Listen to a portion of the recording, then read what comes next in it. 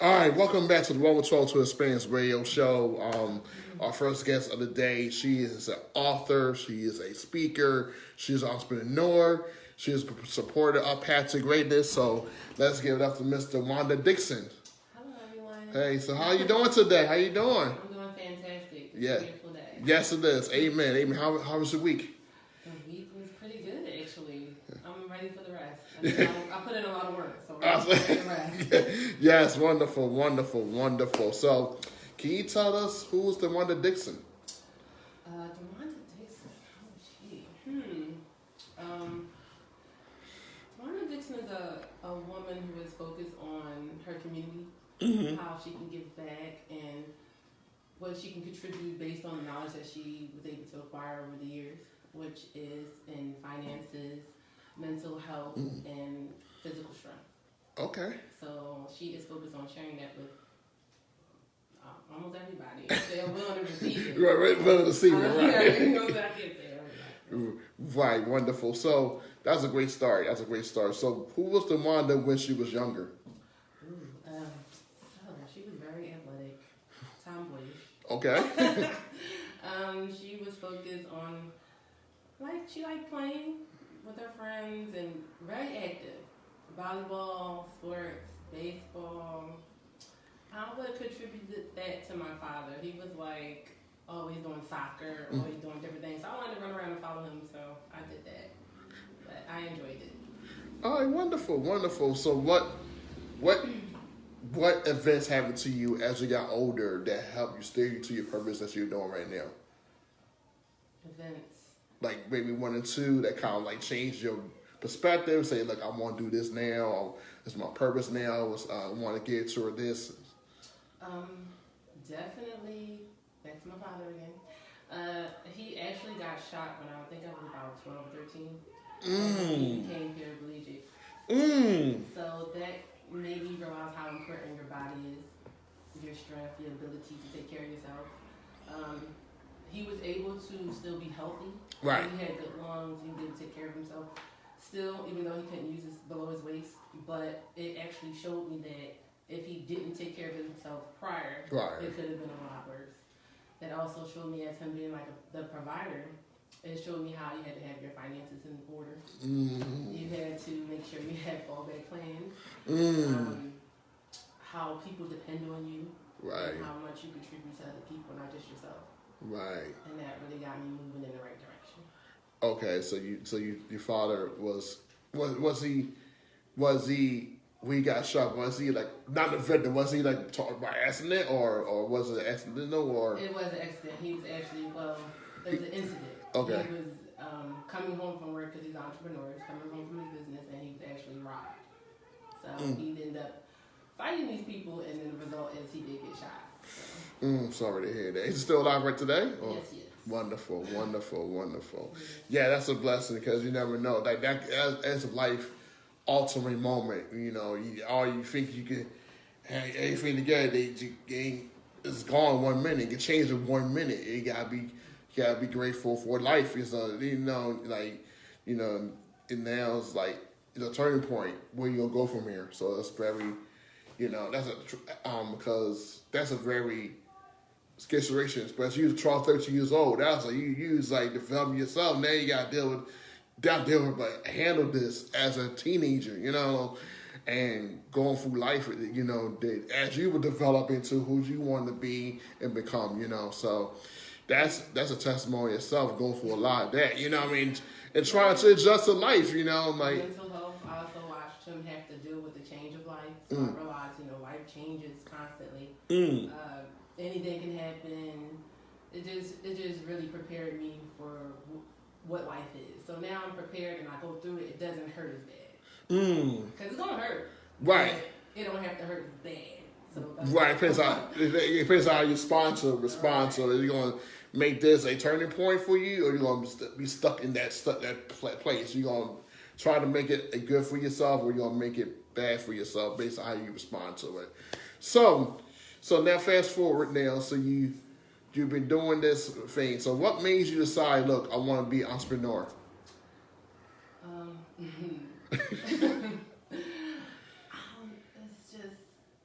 It's Like, by this time my dad raised me, I like willing and dealing. I like moving and shaking. It's fun. Like, it's exciting. I don't know if I'm a thrill seeker or what, but I enjoy it. But I like that anyone can participate. Right. It doesn't exclude anyone. Which I found to be very beautiful. Where, you have some societies, some areas, and some groups actually exclude others. It makes it difficult, but anybody can be an entrepreneur. So I thought that was very nice. So talk about your business. What's your business about? Your business? I'm actually in the business of real estate. Oh, okay. Yes. And also I'm the creator of Live Your Legacy, which is focused on the longevity of the youth, which is their mental, physical, and financial health, which gets neglected very often. Very neglected, especially in times right now where that is very essential. Right. Especially the finances, because like you said, like with COVID and things, life happens. You got to prepare for yourself, because maybe you have your mom here one day, next day she gets COVID and dies. How you gonna adjust to that, and then how the mental health and just being 2 years and wearing a mask and and being, some kids were virtual for 1 year, being missing that social development, and I say for their friends, and also not being in person, not speaking to their teachers and mentors and people that guide them along. That's a big thing too. I think that financial piece, also financial institute, learn how to save money. You know what I mean? So for the rainy day, because I wasn't raised on about saving money. You know what I mean? I didn't have a bank account, but now it's crazy. As I got older, I learned how to save money, which I thought I was dead when I was younger. But we don't teach it. We not had experience to that or exposure to that. It can help you. It helps you in the long run. It's not taught in school. It should be enhanced more. Because so many schools, they are so much structured. Okay, need teach this, teach that, and third, but don't teach other stuff that they needed. And I type of person, like with panic graders, I feel like it shouldn't be at the school. It should be doing the school that, because you might have kids who want to be part of the program that they can't do it because they go home, they got lost their sisters, or and they can't, or they got maybe they're involved something else, So that's why we kind of like do workshops on during the day, because we can reach all the kids, and then hopefully once we get the programs at the school, we can have those kids that buy in to join us, So not every day, but a couple days a week, So that's all it takes, a couple days a week. Yeah. So you say you was a real estate agent, realtor. So I'm into real estate investing. Oh, okay. How long have you been doing that? 5 years. Oh wow. Okay. I don't know that. Yeah, it's not something I share with everybody. Right. But yeah, it helped, and just really studying finances and knowing things like when COVID happened. It's like, some people I tried to help out, and I couldn't really assist them because they didn't have any assets. And it's like, okay, you have real estate, you have, a 401k, you got a 403b, you got some type of investment somewhere, you own something. A lot of people were able to pull out of that and pretty much save themselves from financial disaster. But for the people that didn't have it, the people that had too many children, they didn't really know what to do, who to talk to. And it was really devastating. It was sad. It was really sad to see. So I said, let me figure out how to help these people some way. Right. I think everybody is on that now. They're trying to learn how to save money, invest, because life can change in 1 minute, in one instant. So you got to be prepared for that. You got to be prepared to do the work, but also take a lot of sacrifice, a lot of discipline to save money. It's a lot of discipline to save money, and just lowering that difference between a need or a want. That's really what it's about. It's like, people, you need to know what you want and know what you need and know the difference. Right. You get your needs first, and then you can get your wants second. Right. Need gratification, but a lot of people don't really know about it. So it's okay to wait. It's okay. I'd rather wait and be okay later than have it now and still later on I'm just falling apart. Right. Yeah, it's not worth it. It's not worth it. A lot of people, like you said, they don't know, but right now you have so many people out now, and there's so many different opinions and voices, and I would just say you can't listen to everybody. You got that right. You got that right. Not, and it's so sad. It's like a lot of people don't realize you'll save a lot of money by just listening to yourself, asking yourself the right question versus going to a page or a social influencer. Or there's the right people. Like, I enjoy your content and how you influence the community. Those are the right people. And sometimes we get a little confused, and then we throw our money away when people could be, scamming or don't have the good products, and that's where our money goes. And then we're trying to figure out what happened to it. You gave it away to the wrong person. So just because someone has a bunch of followers doesn't mean they're a leader. Yeah, that's true. That's the truth. Find your leaders. Find your leaders. Find the people that you feel you can trust and confide in, that you feel safe with. You know what I mean? So, not just like, but they're for a good cause. Right, a good cause, and then do they reach out to you? Do they actually make sure that you're good? Make sure you're okay. It's beyond just a follower. Are you reaching out to the person? Hey, you good? Are you checking on them? You know what I mean? That's those things like that. I kind of do that. I do that because I don't know what people are dealing with. People are dealing with a lot of stuff. Like, you can't tell, but just say, look, hey, you good? I mean, that's don't say how they will. Yeah. It's okay not to be okay. Right, exactly. Right, it's okay. It's okay to not be okay. It's okay to be vulnerable. You got to be transparent with yourself. You know what I mean? Because you never know. You gotta be real with yourself. You gotta know you can't wear a mask for so long. You know what I mean? Like, people are gonna finally expose to what's going on. So it's very important that you understand that it's okay to be not okay. It's okay to be vulnerable. It's okay to let that pride go. It's okay to be okay. It's okay you have a moment, but don't let that moment become a permanent thing. You know what I mean? A lot of times we hold on to stuff, you know what I mean, for no reason. And I'm just sometimes like, with this culture, like, a lot of people won't be sad all the time. I'm like, why are you so sad? Why are you so unkind? I'm like, it's so much more than that. It's so much to be positive, because it's a lot of people were so mad, so grouchy, and like irritated. And I'm saying, like, you got so much more to life to live for. You have all your health and strength. You have a roof over your head. You got food on the table. You got clothes on your back. What else could you have? You know what I mean? What else you don't have? You know what I mean? Like, even though you may not where you want to be where you want to be right now, but I believe God has you where you want to be. It's like where you should be. You know what I mean? It's about taking those chances to be grateful and change the outlook of it. It just change the outlook of it. Your mindset will be totally different. Now things you may be good with, but go away. You're like, okay, I just changed my outlook. Let's change instead of positive, being negative, I'm feeling about this, I'm on this. And then I'm going to be negative all the time. And you change your outlook just by bringing life to yourself, it's going to be like, all that will go away. By me getting you someone, influencer, someone to talk to you, someone to help you, someone to open up a door for you. You know what I mean? Like, opportunity for you. So, it's about changing people's mindset. You know what I mean? Just a lot of them are so fixed on a fixed mindset. They need to have a growth mindset. I think they need to change it. Yeah. So I went this train last week and it's all about a growth mindset, and I'm saying, like, I need to do this for myself too.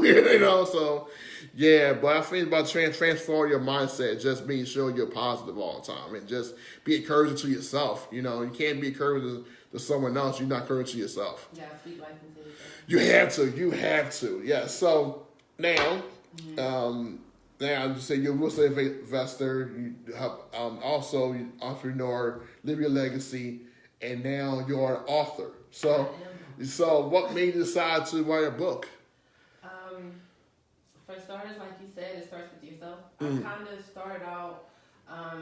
One of my virtual mentors is Lisa Nichols. Okay. And I read her book years ago, and it really got me started on my journey. One thing I saw her, in one of her interviews, I saw her say that she was on a plane and she was reading a book, and one of the people next to her was interested in the book, and they was like, oh, I love that book. Do you mind if I read it? And she was like, I appreciate that, but right now I need it. And it made me think, like, why can't you write something for yourself? So I kind of wrote this book for myself. Okay. As a refresher to kind of keep me on track and help me get back to who I am. So I also thought, well, other people can use this too, because so many people come to me and ask me questions. I, help people in life and life coach. And if I could put it on a piece of paper that somebody can read in about an hour, it's something that I feel like people. It's just a simple, small, tiny book. It's like what, less than 100 pages. Right. It's so simple, but it'll get you right on track, right? Like get your mind right. And it touches on all different areas. It is about fitness, but it's not about the actual physical part of fitness. It's about the mental. Yeah, the mental, yeah. Everything is about mental health and well-being. It starts in the mind first. Right. And then it shows outward. That's true. I love it. Do you got another book coming out soon? I do. I've got plenty of books. I'm looking out here in the world and saying, woo, people need some help. Like, you got people with, they have, you got into that with the dating and with finances and with family. A lot of people don't understand, like, there's boundaries with family. And I had to go through all those struggles. Like, I've been through it all. So, not to say I've been through everything, but I just realized that these are some teachable moments. And I took those moments and I used them. And I learned right away. I learned not to go back to a place that made me uncomfortable instead of staying in it. The key to life to me, I found out the key to life is letting go. Oh, yes. People don't realize it, but it is. You have to let go of everything. Emotions, people, situations, items.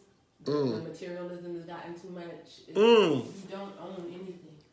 Even being in real estate, like, you don't own it. You can occupy it for a short period of time, but eventually you're going to leave this earth, and it's going to be passed to someone else. Right. You basically borrow things. So you borrow your body. It's yours temporarily until you're done using it, and it goes back to the earth. So you everything is borrowed. When you think of it like that, it's easier to let things go.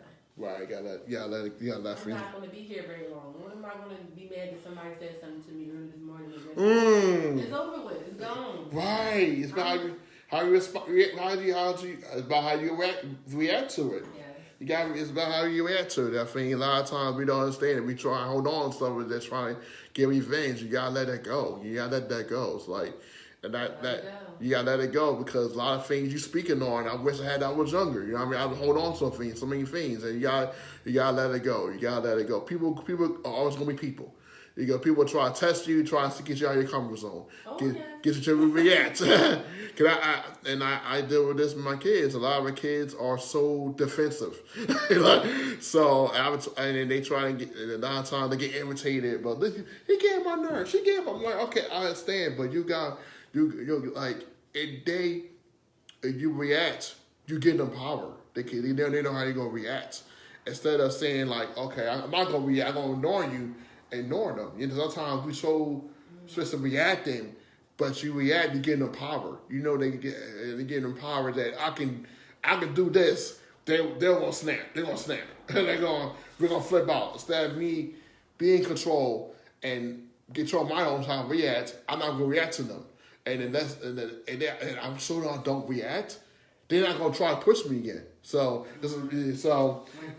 Yeah, because I had to do a lot of coaching, not like instructing, not teaching my kids. Like a lot of times, like these are fifth graders, and I'm saying like you're gonna be in middle school. That shit, it's gonna be actually more than this. So I'm training you now. Say this gonna be worse. So like you gotta learn how to not react. You gotta learn how to walk away and ignore that person. Like or say like, yeah, okay, that's okay.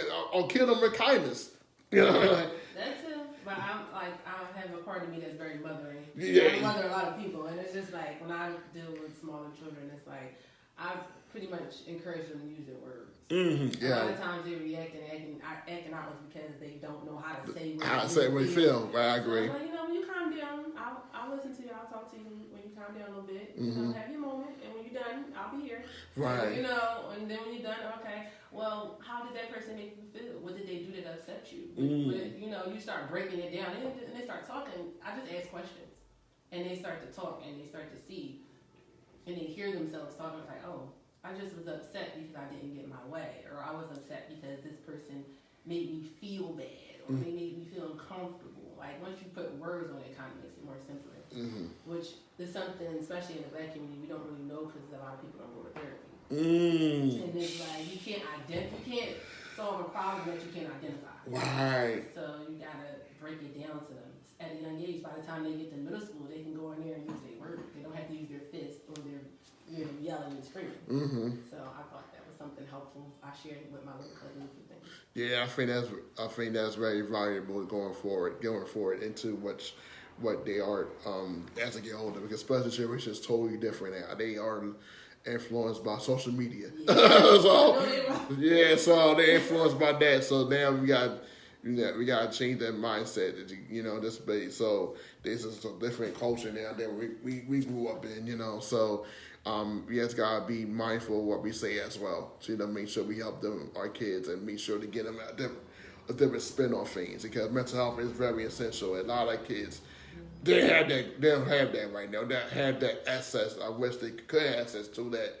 They just have them go for therapy for free. Have someone they go to once a week or twice a week talk to about the issues. So a lot of behaviors will probably be minimized if they had someone to call to that was going to help them with strategies or tips to help them get through certain things.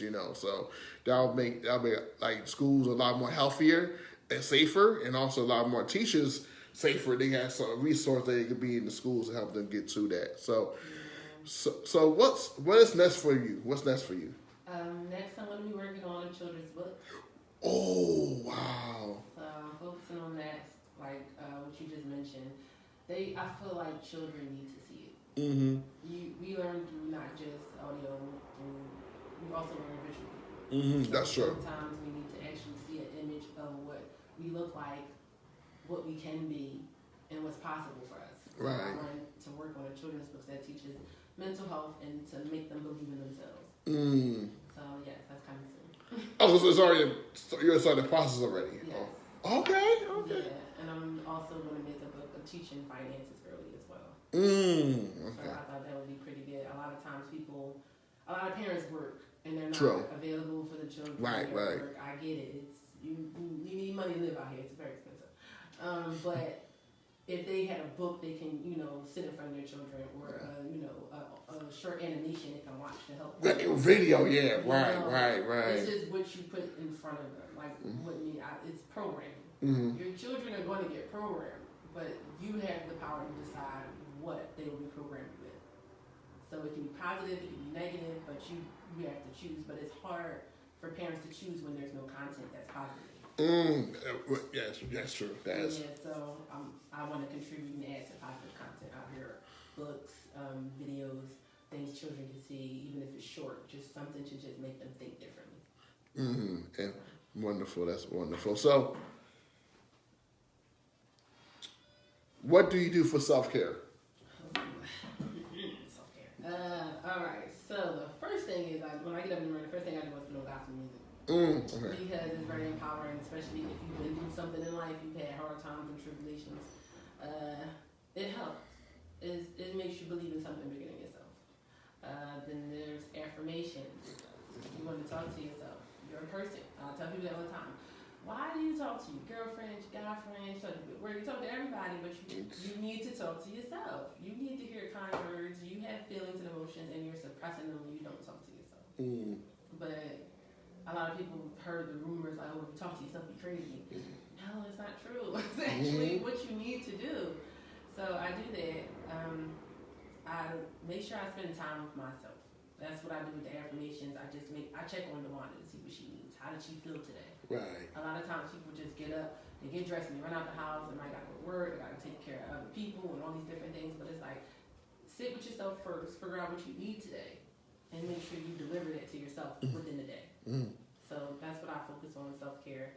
And the main thing, eliminating myself from places, people, and situations that no longer serve me. It just doesn't work. Wonderful. So it's easy to do. A lot of times we're concerned about, if I don't talk to this person, will I get my needs met? Will I have all the support I need?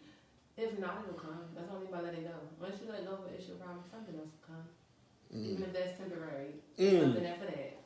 Right, it's temporary. It will get better. That's true. So that's how I look at life. Right, yeah, exactly. That's a different approach. I like that. where people can find you online for more information about you, your book, your services, so. Okay, so I have an Instagram, which is live_UR_legacy 21 on Instagram. I also have an email at info@dixonswayoflivingllc.com. And those are the two main, is email and Instagram at the moment. Okay. So where people can find your book? Is it on Amazon? You can find this book on Amazon, yes. I'm also working on putting those in certain bookstores, so I'm going to Black bookstores, so hopefully you'll be able to see them in the store near you. Wonderful. I love it. Yes. Like I said, you did Office Cafe 32. So Yes. so what was that experience like? It was very nice. I really enjoyed it, being around other authors, seeing all the different genres. Mm-hmm. It was really powerful, different age groups. Yeah. I'm like, this is so good. I was just like so overwhelmed and amazed. Like, it was like that you put that together. Yeah. It was really powerful for me. It really got me started. I'm like, oh, I gotta work on this book. Yeah. so I want to get that plug in because we got Office Cafe in 2 weeks. So that's what I want to see what insight was. Okay. Yeah. So we can get I'll give you a date and I'll put it on the calendar. Yeah. So but hopefully your books come out, we can have you come back for the next Office Cafe. So I got one in April. I know April's too soon, but I messed with it until July. So I know we'd be out by then. So I don't know. Then September. Now So. you putting five. All right. So do you have any? Yes. It's okay. I need it. I like it. Give me more. All right. Do you have any final words for us to leave today? Final words. Just believe in you. Okay. You can do it. Even if I know everything out here is telling you that you can't, but it's not true. You can. You just gotta really believe that you can. Like, it's possible for you. Right. But get rid of the people that say you can't. Just do it. Just temporarily. You don't gotta cut them off with a Ginsu knife and everybody gotta go. But if it's somebody who makes you feel upset or bad about a goal you have, just sit them down for a minute. Work on that goal and continue to be consistent. And you'll see the results. Results don't lie. That's right. So Duanda Dixon, thank you for being part of the show. I'm sure you're honored. I wish you best of luck. Thank you so much for having me. Yeah, let me get another guest. You're doing so much. Thank I'm you. just so privileged with my award. Yes. I was so excited. Like it just felt really good. And I want to thank you for actually giving me the experience. You definitely will. Me get out. Yeah, we know we're back in schools now. We're back in schools now. Okay, back in school? Yeah. Okay, great. I would love to come and talk to kids again. Yes. So, thank you for everything that you do. Thank you. I appreciate it. Thank you so much. We talked to you then. Okay. All right, we're right back, y'all. We got another guest coming on, so see you in a little bit.